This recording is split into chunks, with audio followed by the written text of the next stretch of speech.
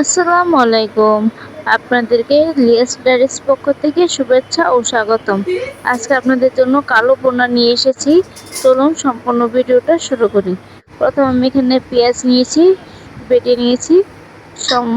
তারপরে এখানে আদা, রসুন ও কাঁচামরিচ সবগুলো বেটে নিয়েছি আগেই। তারপরে এখানে আমি তেজপাতা, এলাচ, দারচিনি ও গোলমরিচ নিয়ে নিয়েছি।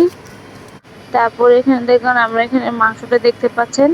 মাংসটা দেখুন, আমি কিছু পরিমাণে পেঁয়াজ দিয়ে খুব ভালোভাবে ম্যারিনেট করে রাখবো একটা না। তারপর এখানে আমি আদা বাটা দিয়ে দিয়েছি। তারপর আমি আবার সামান্য পরিমাণে রসুন বাটাও দিয়ে দিয়েছি। তারপর এখানে আমি মরিচ বাটা দিয়ে খুব ভালোভাবে ম্যারিনেট করে রাখবো। ম্যারিনেট করার কারণ একটাই, যে এখানে খাবারের টেস্টের পরিমাণ খুব বাড়বে এবং মজা হবে।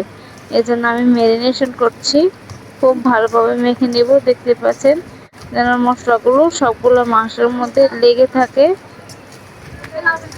দিয়ে দিচ্ছি, খুব ভালোভাবে মেখে নেব। এখন আমি রাঁধুনি মশলাটা নিয়েছি। এখানে আমি অল্প পরিমাণ মশলা মাংসের মাধ্যমে দিয়ে খুব ভালোভাবে মেখে দেব, যাতে মশলাগুলো মাংসের ভিতরে যায়। খুব ভালোভাবে মেখে নিচ্ছে, দেখতে পাচ্ছেন। প্রায় মাখা শেষ। এখন আমি 10 মিনিটের জন্য রেস্টে রেখে দেব। মাখা হয়ে গেলে 10 মিনিট পর আমি আবার আসলাম। দেখতে পাচ্ছেন, দেখতে কতটা সুন্দর লাগছে। মশলাগুলো সবগুলো মাংসের মাধ্যমে লেগেছে, আপনাদেরকে দেখাচ্ছি। তারপর এখন আমি এখানে তেল গরম করতে দিয়ে দিয়েছি। কড়াইতে আমি পর্যাপ্ত পরিমাণে তেল দিয়ে তেলটা গরম হতে যতক্ষণ সময় লাগে। তারপর এখানে আমি গরম মশলাগুলো দিয়ে দিব। তেলটা গরম হলেই সাথে সাথে গরম মশলাগুলো দিয়ে দিচ্ছি।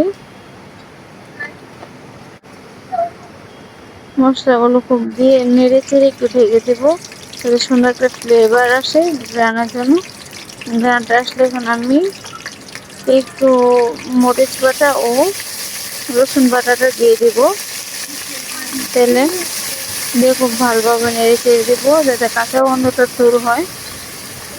তারপরে আমি এখানে আদা বাটাটাও দিয়ে দিচ্ছি সাথে। খুব ভালোভাবে নেড়ে চেড়ে একটু কাঁচা গন্ধটা দূর হলেই আমি এখানে পেঁয়াজ বাটাটাও দিয়ে দিব। পেঁয়াজ বাটাটা দিয়ে খুব ভালোভাবে নেড়ে চেড়ে দেবো, যেন পেঁয়াজের গন্ধটা দূর হয়ে যায়। পেঁয়াজের গন্ধটা দূর হওয়ার জন্য দিয়ে দিয়েছি। তারপর দেখেন আমার প্রায় হয়ে গেছে। এখন আমি মশলা দিব।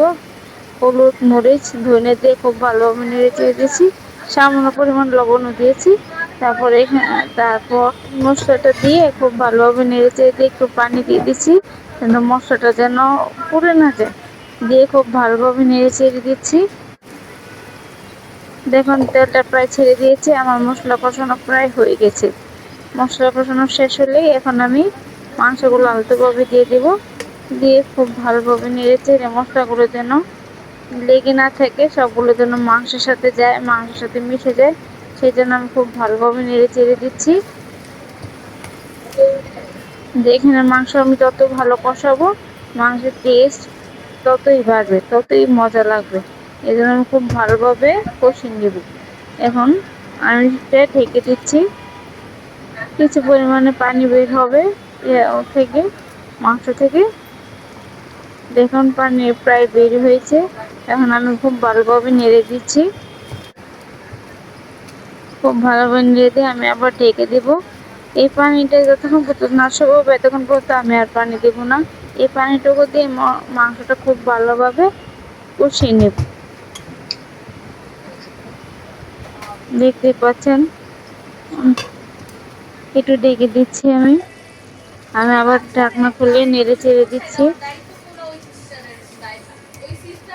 প্রায় এই পানিটা শুকিয়ে যাচ্ছে, আর একটু শুকাবে।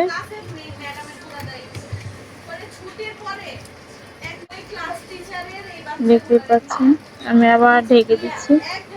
এভাবে নাড়তে থাকবো যতক্ষণ পানি না শুকায়। দেখছেন পানি প্রায় শুকিয়ে গেছে, আমার মাংসটা কষানো প্রায় শেষ। খুব ভালোভাবে মশলাগুলো নেড়ে চেড়ে সাইডে থেকে যে মশলাগুলো ছিল এগুলাই আমি আবার পাশে থেকে এনে দিচ্ছি। এখন আমি সামান্য পরিমাণ পানি মানে যতটুকু প্রয়োজন এতটুকু পানি দেবো, পর্যাপ্ত পরিমাণে পানি দেবো না। পর্যাপ্ত পরিমাণ পানি দিলে টেস্টটাই নষ্ট হয়ে যাবে, এই জন্য সামান্য পরিমাণ পানি দিয়ে খুব ভালোভাবে নেড়ে চেড়ে দিচ্ছি।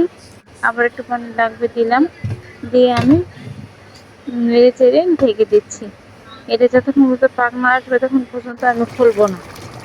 দেখছেন পাক এসে পড়ছে,